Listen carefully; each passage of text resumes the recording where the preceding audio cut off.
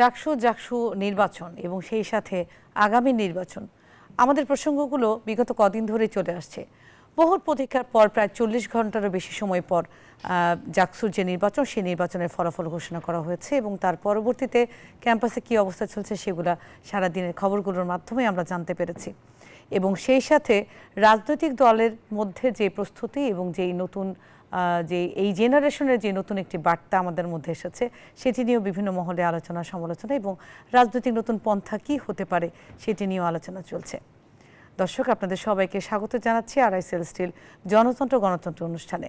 আজকের আয়োজনে আপনাদের পুরো আয়োজনে আপনাদের সাথে আছি আমি নুসরাত আফরিন। আর এই সমস্ত বিষয়ে আলোচনা করার জন্য আমাদের স্টুডিওতে আজকে উপস্থিত রয়েছেন আমাদের অত্যন্ত শ্রদ্ধাভাজন এবং প্রিয় রাজনৈতিক বিশ্লেষক এবং ব্যক্তিত্ব বটে।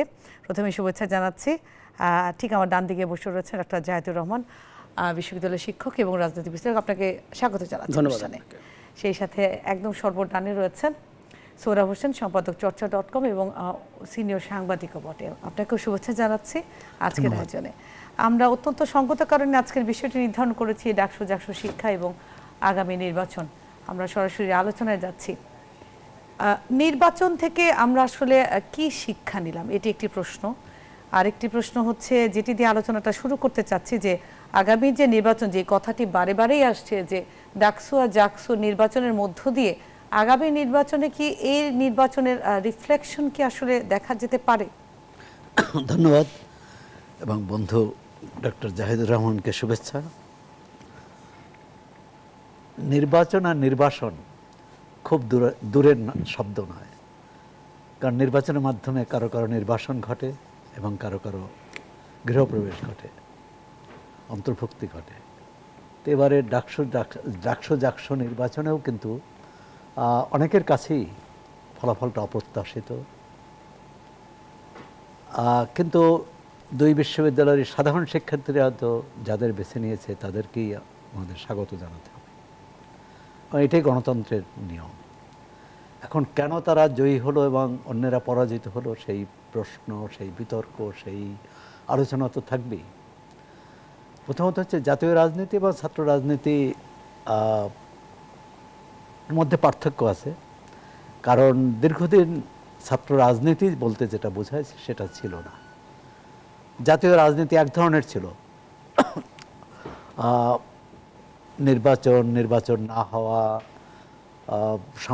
সংসদ ভেঙে দেওয়া, অন্তত 5 বছর পর পর একটা সংসদ, জাতীয় বা রাজপথে আন্দোলন, এক ধরনের তৎপরতা ছিল।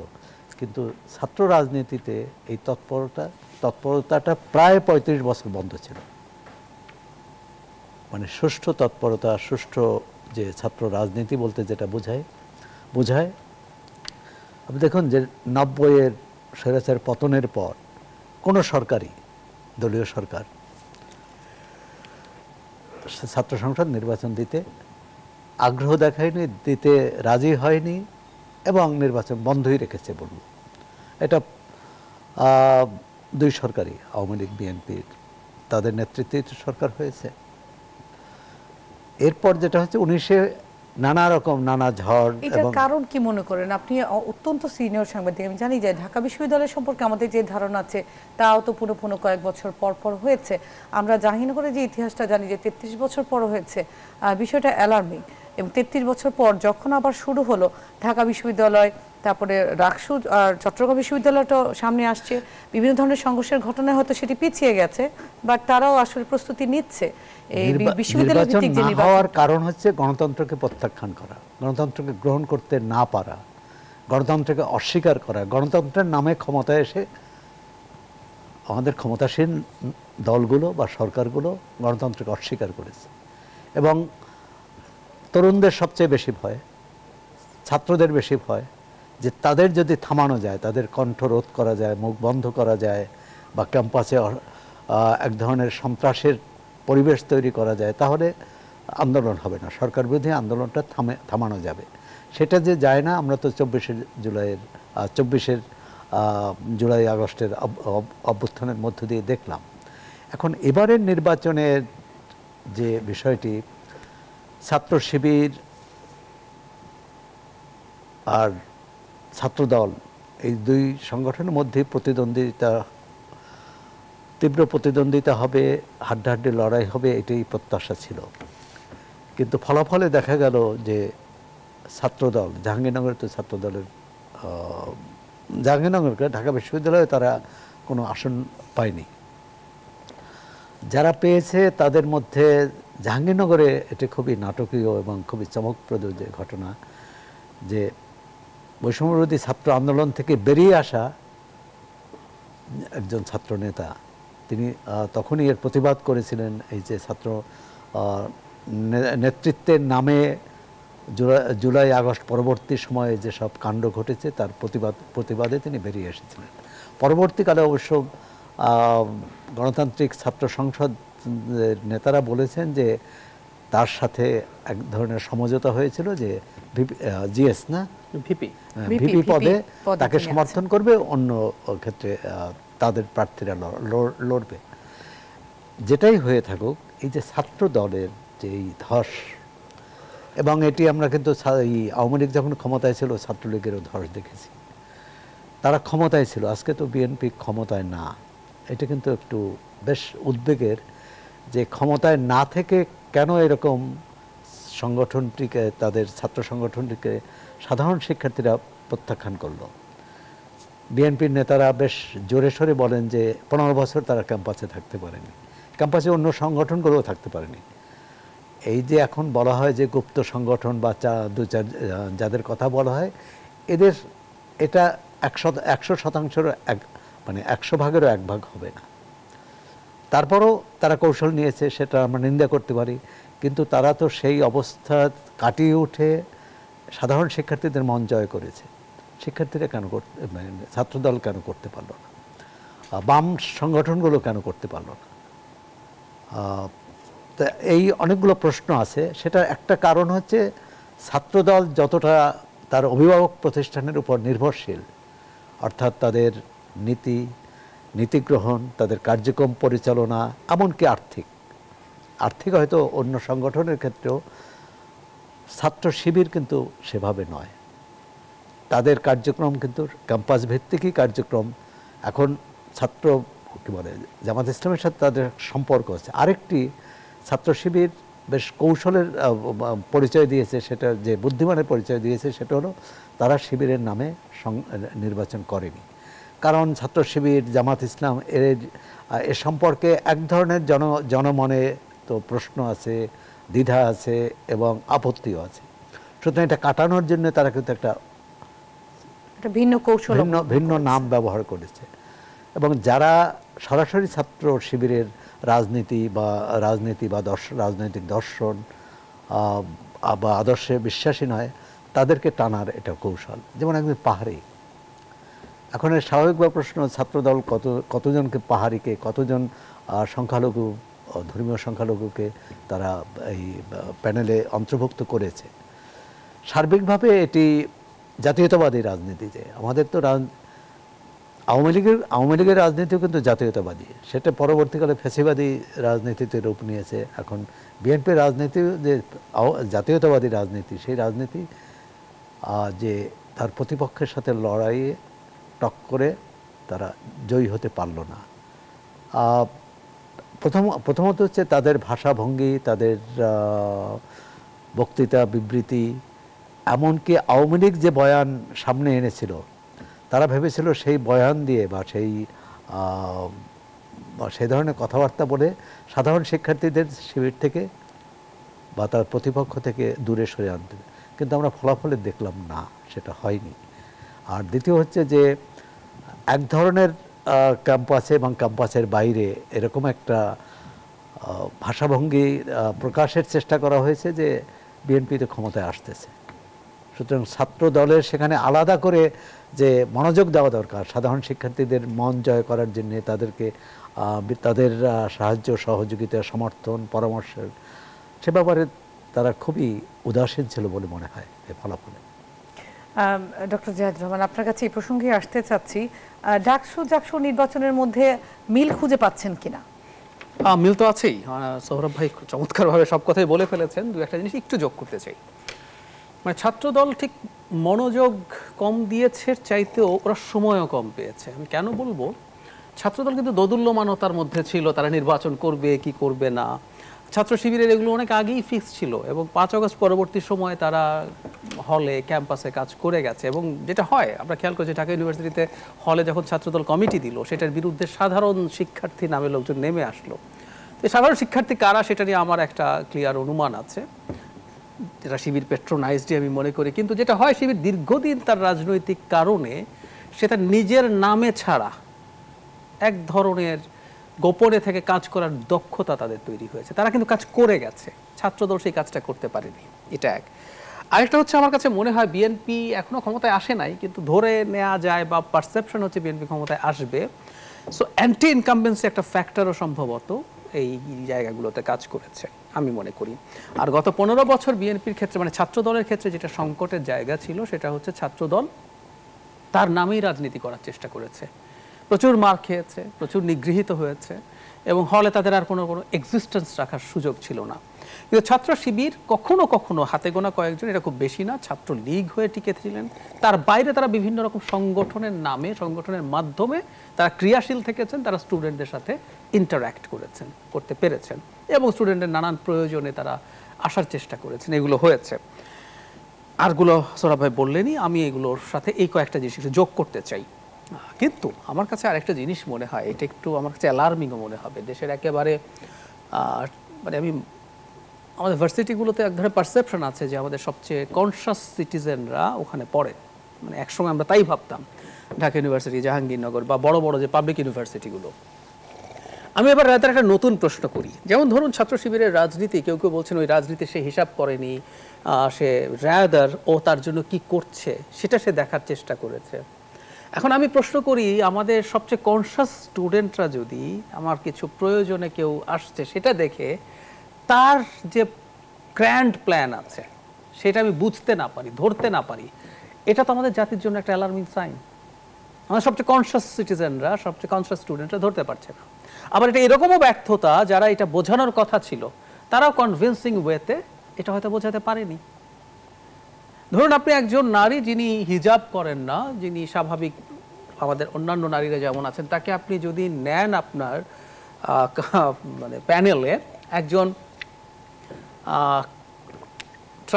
ট্রাইবাল একজন আছেন, চাকমা নৃগোষ্ঠীর একজনকে আপনি যদি নেন, তাতে আপনি আপনার সম্পর্কে যে অভিযোগ আছে সেগুলো থেকে মুক্ত হয়ে গেলেন। এটা যদি আমাদের কেউ মনে করে থাকেন, তাহলে তো আমি বলবো যে এই জিনিসগুলো আমাদের ভবিষ্যতে আমাদের স্টুডেন্টদের কনসাসনেস লেভেল বা তার পলিটিক্যাল আন্ডারস্ট্যান্ডিং নিয়ে প্রশ্ন করে। এটা আপনার কেন মনে হচ্ছে যে ঢাকা বিশ্ববিদ্যালয়ের ছাত্রছাত্রীরা বুঝতে পারছে না? কারণ আমরা সোফার তাদের বিজয়ের যা যা বিষয়, তার মানে আর যদি এটা না হয় তাহলে ব্যাপারটা এরকম যে জামায়াত বা শিবির তারা ইসলামী আইডেন্টিটি পলিটিক্স করে, তাহলে আমাদের কি এত সংখ্যক ঢাকা ইউনিভার্সিটির স্টুডেন্ট সেটা গ্রহণ করছে কিনা। আমি রাদার অনেককে অ্যানালাইজ করতে দেখলাম, যেমন বলছে যে ও তো স্টুডেন্টদের পাশে ছিল, সে ভর্তি, ওদের কোচিং আছে, ছাত্র শিবিরের কোচিং করিয়েছে এবং ছাত্র শিবিরের কোচিং এর মান সম্পর্কে পজিটিভ কথা আছে। কারো যদি সংকট থাকে ফিনান্সিয়াল, সে কম টাকায় পড়তে পেরেছে, তাকে ঢাকায় থাকার জায়গায় না মেসের ব্যবস্থা করে দিয়েছে।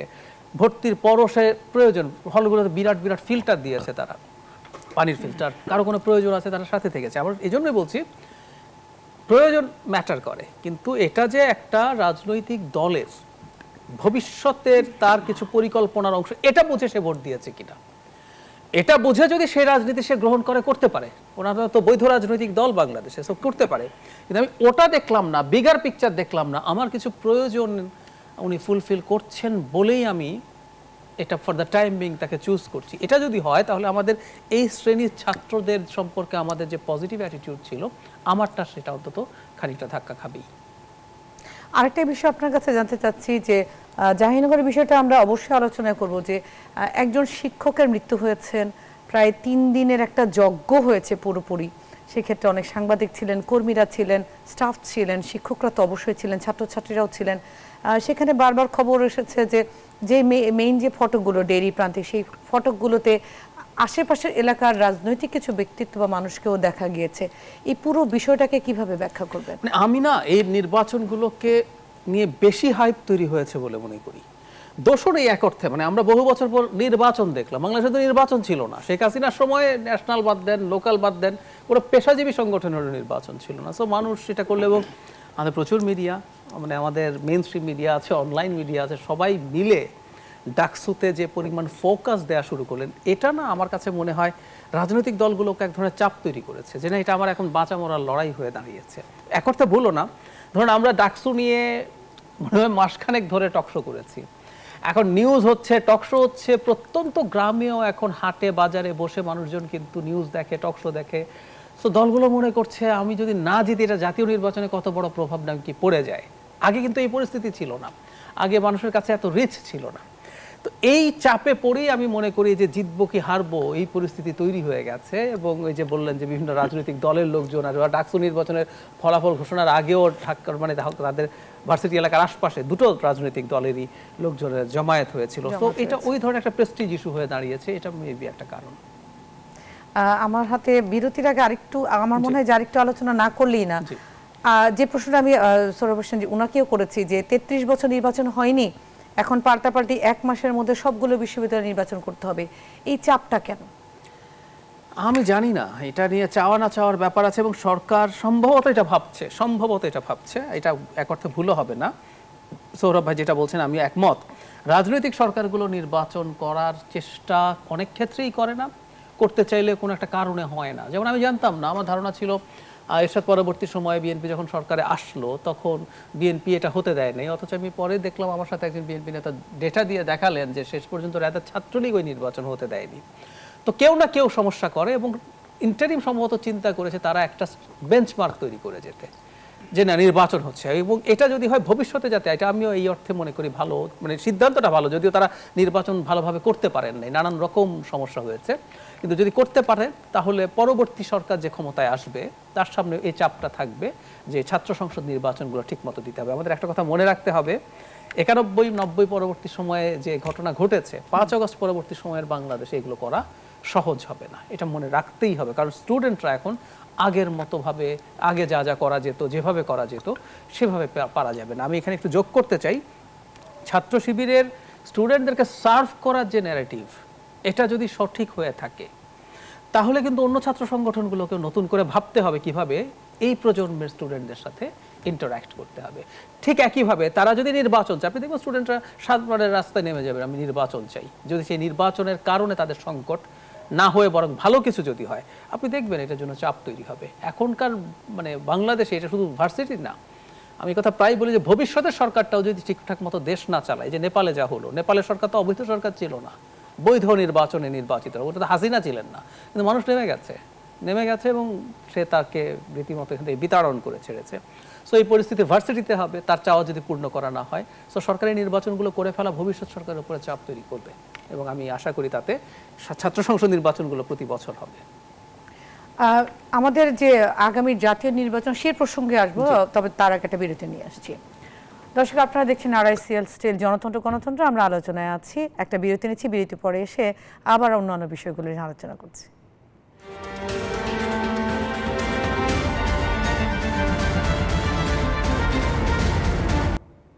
দর্শক বিরতি পর আবারও আপনাদেরকে স্বাগত জানাচ্ছি RICL স্টিল জনতন্ত্র গণতন্ত্র অনুষ্ঠানে।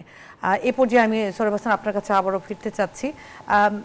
আজকে থেকে মানে হঠাৎ করে যে সংবাদটি আমাদের চোখে পড়লো সেটা হচ্ছে যে চারটি গুরুত্বপূর্ণ দাবিতে যুগপত কর্মসূচি দিতে যাচ্ছে জামাত, এনসিপি সহ 8 দল।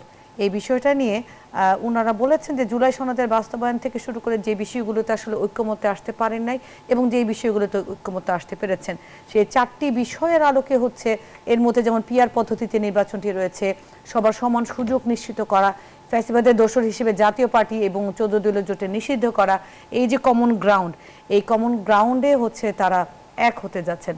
এই বিষয়টিকে কিভাবে বিশ্লেষণ করবেন? প্রথমত হচ্ছে হওয়ার একটা মানে সংবাদ মাধ্যমে এসেছে যে এরকম তাদের একটা তৎপরতা আছে, তৎপরতা বেশ আগে থেকেই ছিল। আর এর মধ্যে যে 8 দলের, তার অন্তত একটি দলের এক নেতার সাথে কথা হয়েছে, তিনি এটাকে বলেছেন যে এটা কোনো এখন কাঠামোয় দাঁড়ায়নি বা কোনো সিদ্ধান্ত হয়নি, সবটাই কিন্তু ফেব্রুয়ারির নির্বাচনকে সামনে রেখে। সেখানে যোগ বিয়োগ নানা সমীকরণ হবে, এবং কেউ দোদুল্যমান অবস্থায় আছে যে জোটে সম্ভাব্য, যে জোটে তার সুবিধা হবে সেই জোটে বেছে নেবে। এখন আপনি 8টি দলের কথা বললেন, বিএনপির সঙ্গে তো কমপক্ষে 20টি দল আছে, কারণ 30টি দলের মধ্যে এই 8টি দল যদি তাদের পৃথক অবস্থান থাকে, বাকি দলগুলো তো বিএনপির সঙ্গে কোনোটা ঘোষিত জোট, কোনোটা সমমনা ইত্যাদি। প্রশ্ন হলো যে এখানে ফ্যাসিবাদের দোসর, এটা তাদের রাজনৈতিক এজেন্ডা, এবং সেটার ব্যাপারে 8টি দল একমত হতে পারে, এবং কোনো কোনো ক্ষেত্রে তো বিএনপিও একমত। কিন্তু প্রশ্ন হচ্ছে যে 8 দল আলাদাভাবে এই দাবিটা কেন আনবে? এখন পিআর পদ্ধতি বলেন, পিআর পদ্ধতিতে নির্বাচন হলে সংবিধান পরিবর্তন করতে হবে, এবং সেই নির্বাচন ফেব্রুয়ারিতে হওয়া সম্ভব না। এখন এই 8 দলের মধ্যেও যে দলগুলোর নাম বললেন, সবার দাবি তো এক না। জামাতের দাবি একরকম, এনসিপির দাবি অন্যরকম, আবার অন্যান্য দল। তবে তারা একটা, যেটা এর আগে জামাত ইসলামের যে নায়েবে আমির তিনি বলেছেন, যে তারা বিএনপির বাইরে সব দলগুলো নিয়ে একটা মোর্চা করতে চান, সে নির্বাচনী মোর্চা। এর সাথে নীতি আদর্শ কতটা মিল আছে বা নাই, আর সেটা কিন্তু আপনাকে জানিয়ে রাখি, বাংলাদেশ খেলাফত মজলিস কিন্তু আগামীকাল মানে রোববার ওনারা সংবাদ সম্মেলন করে যুগপৎ আন্দোলনের কর্মসূচি ঘোষণা করবে বলে পুরানা পল্টনের যে কেন্দ্রীয় কার্যালয়টি রয়েছে সেখানে কিন্তু তারা সংবাদ সম্মেলন করে এটির ঘোষণা দিবে বলেছেন। সেই বিষয়ে আলোচনা প্রসঙ্গে বিষয়টা হচ্ছে যে কোনো দল যে কোনো দলের সঙ্গে থাকতে পারে, আবার সঙ্গে নাও থাকতে পারে, বা যুগপৎ কেন, তারা যদি ঐক্য জোটবদ্ধ আন্দোলন করে। এখন তাহলে আমরা কি 5 আগস্টের পরও, স্বৈরাচারের পরেও সব কিছু মাঠে ফয়সালা চাইব? তাহলে এই 3 মাস ধরে কেন ওই জাতীয় ঐকমত্য কমিশন আলোচনা করলো? তা আমরা দুটো হতে পারে, যে আলোচনার শেষ পর্যায়ে চাপে রাখার জন্য করতে পারে, একটা মনস্তাত্ত্বিক যুদ্ধও হতে পারে। আর একটা হতে পারে যে নির্বাচনে কৌশল হিসাবে তারা বিএনপি, এখন তো বলা হয় যে বিএনপির প্রতিদ্বন্দ্বীকে, জামাত তার সমকক্ষ নয়, অন্যান্য দলের ক্ষেত্রেও সেটা বলা হয়, সেক্ষেত্রে তারা শক্তি সঞ্চয় করতে চাইবে অনেকগুলো দল মিলে। সেটাই নির্বাচনের, সেটাই হয়তো সৌন্দর্য, বা সেটাই হয়তো প্রতিযোগিতা যদি না হয় তাহলে তো আওয়ামী লীগ আমলে যেরকম নির্বাচন হতো সেরকম। সবার আগে দরকার নির্বাচনের বিষয়ে একটা সিদ্ধান্তে আসা।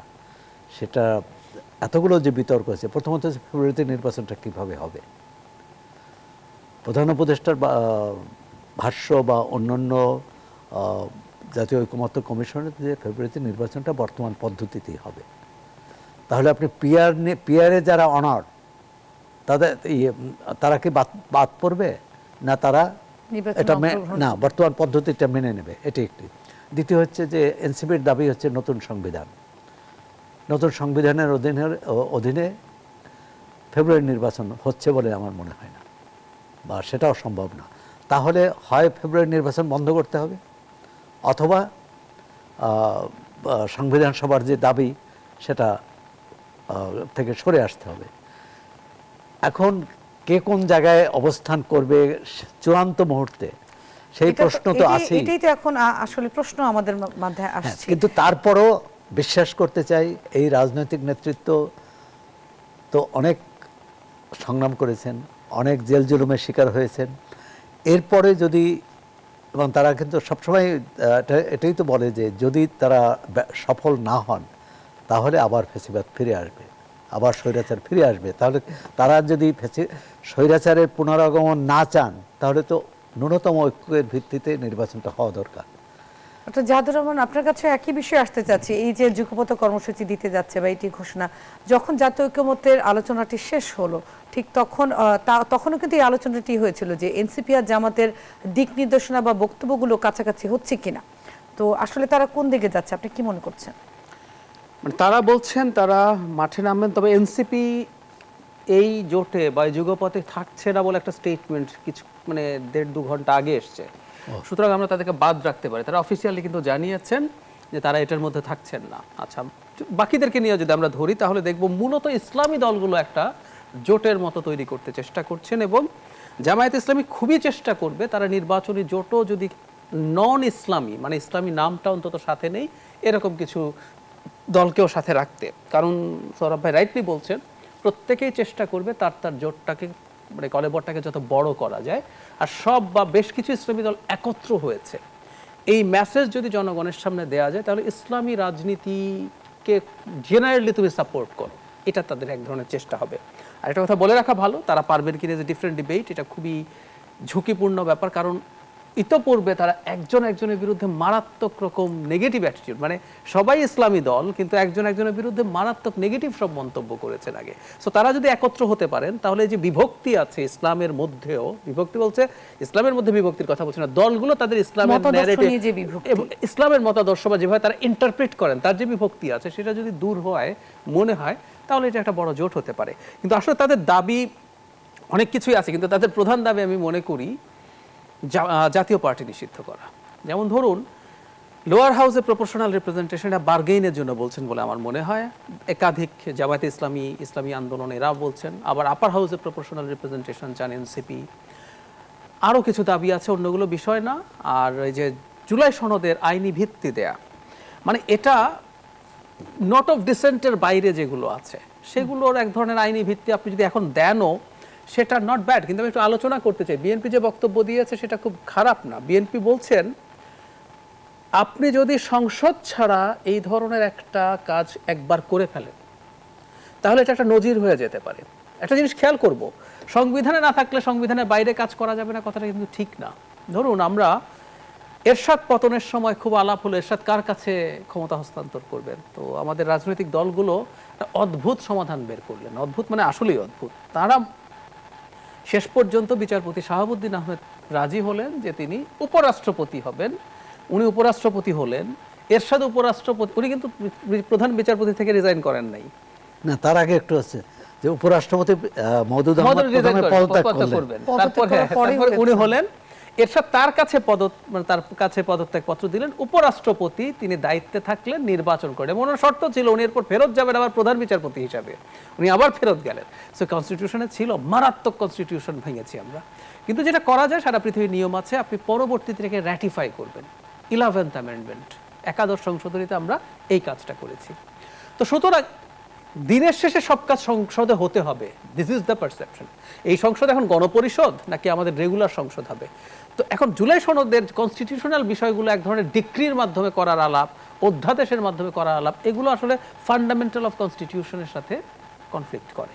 তো যাই হোক, এখন এটা একটা ইস্যু হয়ে দাঁড়িয়েছে। কারণ আমি বলি, এখন যদি একটা ডিক্রির মাধ্যমে করা হয়, পরবর্তীতে পার্লামেন্টে যদি সেটা পাস না হয়, সেটা কি ঠিকবে? কেউ যদি কোর্টে যান, আমার সন্দেহ আছে। কিন্তু জাতীয় পার্টির প্রধান ইস্যু আসলে বলছি, কারণ হলো বিশেষ করে খেয়াল করবেন এই মুহূর্তে জামায়াত হলো এই যে জোট হওয়ার চেষ্টা, এটার প্রধান কুশীলব বলে আমি মনে করি। এবং জাকসুতে নির্বাচনের পর তাদের এক ধরনের কনফিডেন্স তৈরি হয়েছে। জামাত চায়, এর সাথে এনসিপিও ছিল, ইসলামী আন্দোলন এই দাবি করেছে, জাতীয় পার্টি যদি থাকে আসলে তারা নির্বাচনের জন্য চাপ প্রয়োগ করার ক্ষেত্রে বেটার অবস্থানে থাকবে জাতীয় পার্টি না থাকলে। কারণ জাতীয় পার্টি যদি না থাকে, আপনি খেয়াল করুন, ওনারা যদি বলে আমরা নির্বাচনে যাব না, যদি এগুলো না হয়, এই যে 8 দলের মধ্যে এনসিপি বাদেও যদি বাকিরা বলে, কি দাঁড়াবে আপনি খেয়াল করছেন? তখন মাঠে কে আছে? বিএনপি এবং তার যুগপথ বা জোটের লোকজন ছাড়া আর কে আছে মাঠে? তাহলে নির্বাচন কিন্তু অনিশ্চয়তার দিকে চলে যেতে পারে। সো এই চাপ প্রয়োগের জন্য জাতীয় পার্টিকে নিষিদ্ধ করে ফেলতে পারলে তাদের ভালো। এবং ইটস এ পলিটিক্স। কারণ আমি বলি, জাতীয় পার্টি আপনি 1 বছর পর বুঝতে পারলেন যে জাতীয় পার্টি শেখ হাসিনার দোসর, বা 14 দল শেখ হাসিনার দোসর। আপনি যেদিন আওয়ামী লীগকে নিষিদ্ধ করতে যাচ্ছেন, সেম প্যাকেজে আলাপ হতে পারে। এই প্রশ্নটা বারেবারেই আসছে যে তখনই কেন এই দাবিটি করা হয়েছে এবং আমলে কেন নেওয়া হয়নি? তখন দাবি করা হয়নি। আওয়ামী লীগের অনেকে কিন্তু বলছে যে দাবি করা হয়েছে কিন্তু আমলে নেয়নি, বিশেষ করে এনসিপিতে বা ওই সময়ে তৎকালীন বৈষম্য বিরোধী যারা ছাত্র আন্দোলনে নেতৃত্ব দিয়েছে তারা বলেছে। আমি ফলো করেছি। তখন আওয়ামী লীগকেই করা হলো বলা হয়েছে, কিন্তু যখন ঘেরাও করতে গেলেন যমুনা, হাসনাত আব্দুল্লাহ, তারপরে সাথে ইনফর্মালি জামায়াত ইসলামী যোগ হলো, তাদের সিগনিফিকেন্ট নেতারা গেল, পরে শাহবাগে আসলেন ছাত্র শিবির, জামায়াত ইসলামী এবং আরো বেশ কিছু ইসলামিস্টরা গেলেন, তখন শুধু আওয়ামী লীগ নিষিদ্ধের আলাপই ওইখানে ছিল। 2-1 বাইরে ফেসবুকে কি বলেছেন আমি সেটা বলছি না, অফিসিয়াল বক্তব্যের কথা বলছি। এটা তারা এখন বলছেন, কারণ এখন তারা এটা ব্যাখ্যা দিতে পারছেন না। যখন দেখা গেল এখন জাতীয় পার্টি এই জায়গায় এসে দাঁড়িয়েছে এবং একটা আলাপ তৈরি হয়েছে যে জাতীয় পার্টি যদি বিভিন্ন জায়গায় দাঁড়ায় এবং আওয়ামী লীগের লোকজন যদি লাঙ্গল মার্কা নিয়ে দাঁড়ায়, তাহলে বেশ কিছু এলাকায় যদি জিতে যায়, ইভেন এই প্রবাবিলিটি হয়তো আছে, আমি বলছি না হয়েই যাবে, জামায়াত ইসলামী সেকেন্ডও হলো না, থার্ড হয়ে গেল। সো জাতীয় পার্টির বিরুদ্ধেই আসলে একটা জোট তৈরির চেষ্টা বলে আমি মনে করি। জাতীয় পার্টিকে নিষিদ্ধ করার জন্য সিরিয়াস আন্দোলন সামনে হবে। এটা আমি অনেক আগে থেকেই প্রেডিক্ট করছি এবং এটা আরো ইন্টেন্সিফাইড হবে, বিশেষ করে নুরুল হক নূরের উপরে এই আন্দোলনকে কেন্দ্র করে যে হয়েছে এটা আরো বেশি হবে। এটাই মূল দাবি বলে আমার ধারণা। আর এই সব কিছুর মূল হচ্ছে চাপ তৈরি করা বিএনপির ওপরে। বিএনপির সাথে তারা কিছু নেগোশিয়েট করতে চায়। বিএনপি যদি এই নেগোসিয়েশনগুলো করে তাহলে আমি ধারণা করি এগুলো বাদ দিয়ে সবাই ইলেকশনের দিকে যাবে। এই পর্যায়ে আমাদের আরেকটা বিরতি নিতে হচ্ছে, আমাদের আরো কিছু বিষয় রয়েছে। দর্শক আপনারা দেখছেন আরআই সেলেস্টিয়াল জনতন্ত্র গণতন্ত্র, একটা বিরতি নিয়ে ফিরছি কিছুক্ষণ পর।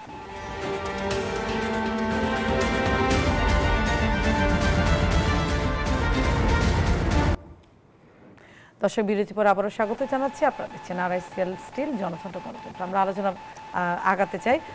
আমরা ডক্টর জাহিদুর রহমান আপনার মাধ্যমে শেষ করেছেন। আপনার কাছে এই পর্যায়ে প্রথমে আসতে যাচ্ছি যে প্রসঙ্গটি আমরা ছিলাম 14 দলের রাজনীতি নিষিদ্ধকরণ এবং জাতীয় পার্টির রাজনীতি নিয়ে যে কথাটি হয়েছে, বিশেষ করে নুরুল হকের উপর আক্রমণটি করার পর, এই হামলার পরবর্তীতে আসলে তাহলে অন্যান্য যে রাজনৈতিক দল অথবা আপনি বৈষম্যবিরোধী ছাত্রদের কথা বলেন বা এনসিপির কথাই বলেন, নতুন রাজনীতির মোড়টা কোন দিকে যাচ্ছে?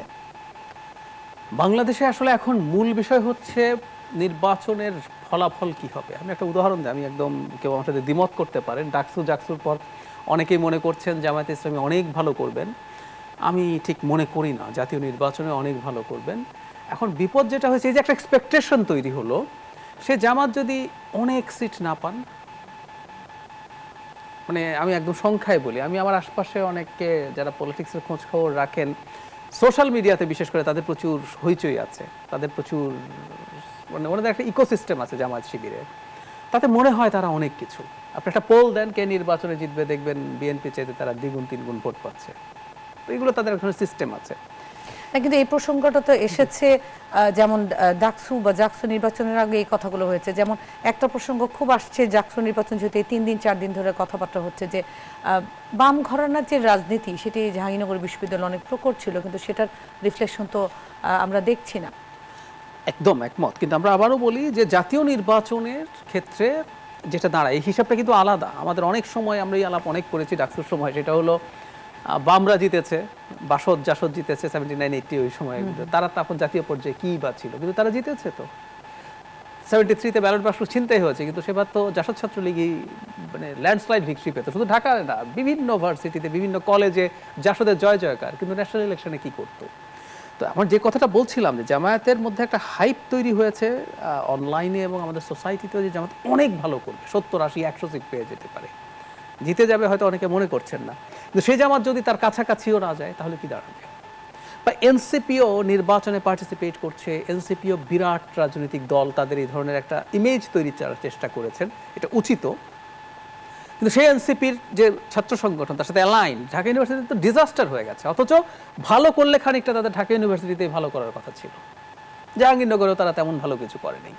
বরং সৌরভ ভাই যেটা বলছিল ওটার মধ্যে আমি আর নাই, এটা বলা একজন ক্যান্ডিডেট ভালো করছে, তার মানে খেয়াল করেন এই বদনাম আমার গায়ে নাই, উনি ওখান থেকে বেরিয়ে গিয়ে ভালো করছেন, উনি ভিপি হয়েছেন। ফলে যে কথাটা বললাম, এখন তাদের তো আসলে নির্বাচনে যদি মোটামুটি কনসিডারেবল নাম্বার অফ সিটস না হয় তাহলে তাদের ভবিষ্যৎ রাজনীতি খুবই চ্যালেঞ্জের মুখে পড়বে।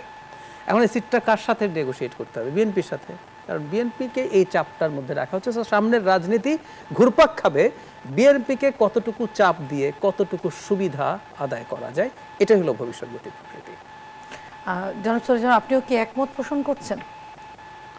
প্রশ্নটা একমত দ্বিমতের নয়, প্রশ্নটা হচ্ছে আমরা গণতন্ত্রকে কিভাবে দেখতে চাই, দেশের ভবিষ্যৎ কাঠামো কিভাবে নির্মাণ করতে চাই। আমরা কি গণতন্ত্র চাই, না আওয়ামী লীগ আমলের মতো, স্বৈরাচারী আমলের মতো নিষিদ্ধ করার রাজনীতি চাই? নির্বাচনে আমরা যদি গণতন্ত্রে বিশ্বাস করি তাহলে তো নির্বাচনের মাধ্যমেই প্রতিপক্ষকে পরাজিত করা উচিত, ফ্যাসিবাদকে পরাজিত করা উচিত, এবং ফ্যাসিবাদ পরাজিত হয়েছে। এখন এই যে নিষিদ্ধের, এটা কোন পর্যায়ে যাবে? প্রথম হচ্ছে আওয়ামী লীগ কার্যক্রম নিষিদ্ধ, এখনও কিন্তু দল হিসাবে নিষিদ্ধ করা হয়নি। জাতীয় পার্টি যদি নিষিদ্ধের দাবি আসছে, জাতীয় পার্টি যদি নিষিদ্ধ করা হয়, 14 দল যদি নিষিদ্ধ করা হয়, তাহলে আপনি কার সাথে প্রতিদ্বন্দ্বিতা হবে? দল হিসাবে নিষিদ্ধ করা আর যারা অপরাধী, যারা বিগত সরকারের বা জুলাই আগস্ট অভ্যুত্থানের সময় হত্যাকাণ্ডের সাথে, নিপীড়নের সাথে জড়িত, অগ্নিকাণ্ডের সাথে জড়িত বা নির্বিচারে গুলি করেছে তাদের বিচার, এই দুইটাকে এক করে দেখা ঠিক হবে কিনা। প্রথমত হচ্ছে যে ভবিষ্যতে কোনো সরকার এসে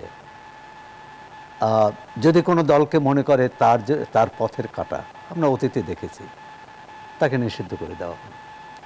মানে আমরা গণতন্ত্রকে কিভাবে দেখতে চাই। আজকে এ তো ঠিক যে জামাতের রাজনীতি আর বিএনপির রাজনীতি এক না, বিএনপির রাজনীতি এবং এনসিপির রাজনীতিও এক না, কিন্তু এই 3 দল বা এই 30 দল তারা জনগণের কাছে যাবে, জনগণের কাছে ব্যাখ্যা করবে তাদের নীতি কর্মসূচি, জনগণ যাকে পছন্দ করবে এবং জনগণ পছন্দ করবে। কেউ পরাজিত হবে, কেউ জয়ী হবে, যে পরাজিত হবে সে পরের বার চেষ্টা করবে। এই প্রক্রিয়ায় যদি আমরা এগোই সেটা হচ্ছে এক ধরনের। আর যদি আমরা আগেই সিদ্ধান্ত নিয়ে দেই অমুকে নির্বাচন করতে পারবে না। এখন জাতীয় পার্টি নিয়ে আরেকটি যেটা কথা বলেছে ডক্টর জাহিদ, যেটা নির্বাচনের ভোটের হিসাব নিকেশ, সমস্যাটা কিন্তু এটা, এই যে যারা ফেব্রুয়ারিতে নির্বাচন চাননি, যে নির্বাচন আরও পরে হোক, সেটা কিন্তু অন্য কোনো কারণ না, যে ভোটের হিসাব নিকেশ। নির্বাচন যত বিলম্ব হবে তাদের সাংগঠনিকভাবে তারা শক্তিশালী হতে পারবে। আর বিএনপি যেহেতু সংগঠিত আছে, তারা আগে নির্বাচন হলে সুবিধা হয়। এই তো এখানে তো গণতন্ত্র কোনটায় শক্তিশালী হবে, কোনটায় দুর্বল হবে সেটি বিষয় নয়। এখন যে দল, জামাত ইসলাম বা অন্য দলগুলোর যে আশঙ্কা, যে জাতীয় পার্টি যদি নির্বাচনে থাকে, জাতীয় পার্টিকে সামনে রেখে আওয়ামী লীগের কর্মী সমর্থকরা তারা এই প্রক্রিয়ায় অংশ নিয়ে জাতীয় পার্টিকে দ্বিতীয় বৃহত্তম দল হিসাবেও প্রতিষ্ঠিত করতে পারে। এই আশঙ্কা থেকে যদি জাতীয় পার্টির বিরুদ্ধে এখন জাতীয় পার্টিকে নিষিদ্ধ করা হয়, সেটি আমি মনে করব যে গণতন্ত্রের সহায়ক নয়। বরং যদি অন্য থাকে, হ্যাঁ, জাতীয় পার্টির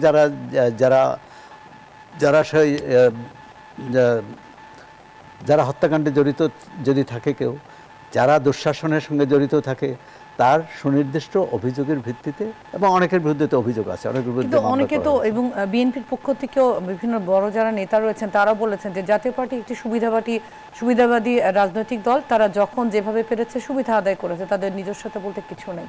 তাহলে এই দলটিকে, এবং যারা ছাত্র আন্দোলন এবং সমাজে একটা সুবিধাবাদী দল থাকবে, তাকে নিষিদ্ধ করতে হবে। আপনি নিষিদ্ধ করবেন তো তার মানবতার বিরুদ্ধে যদি অপরাধ করে, ফৌজদারি অপরাধ করে,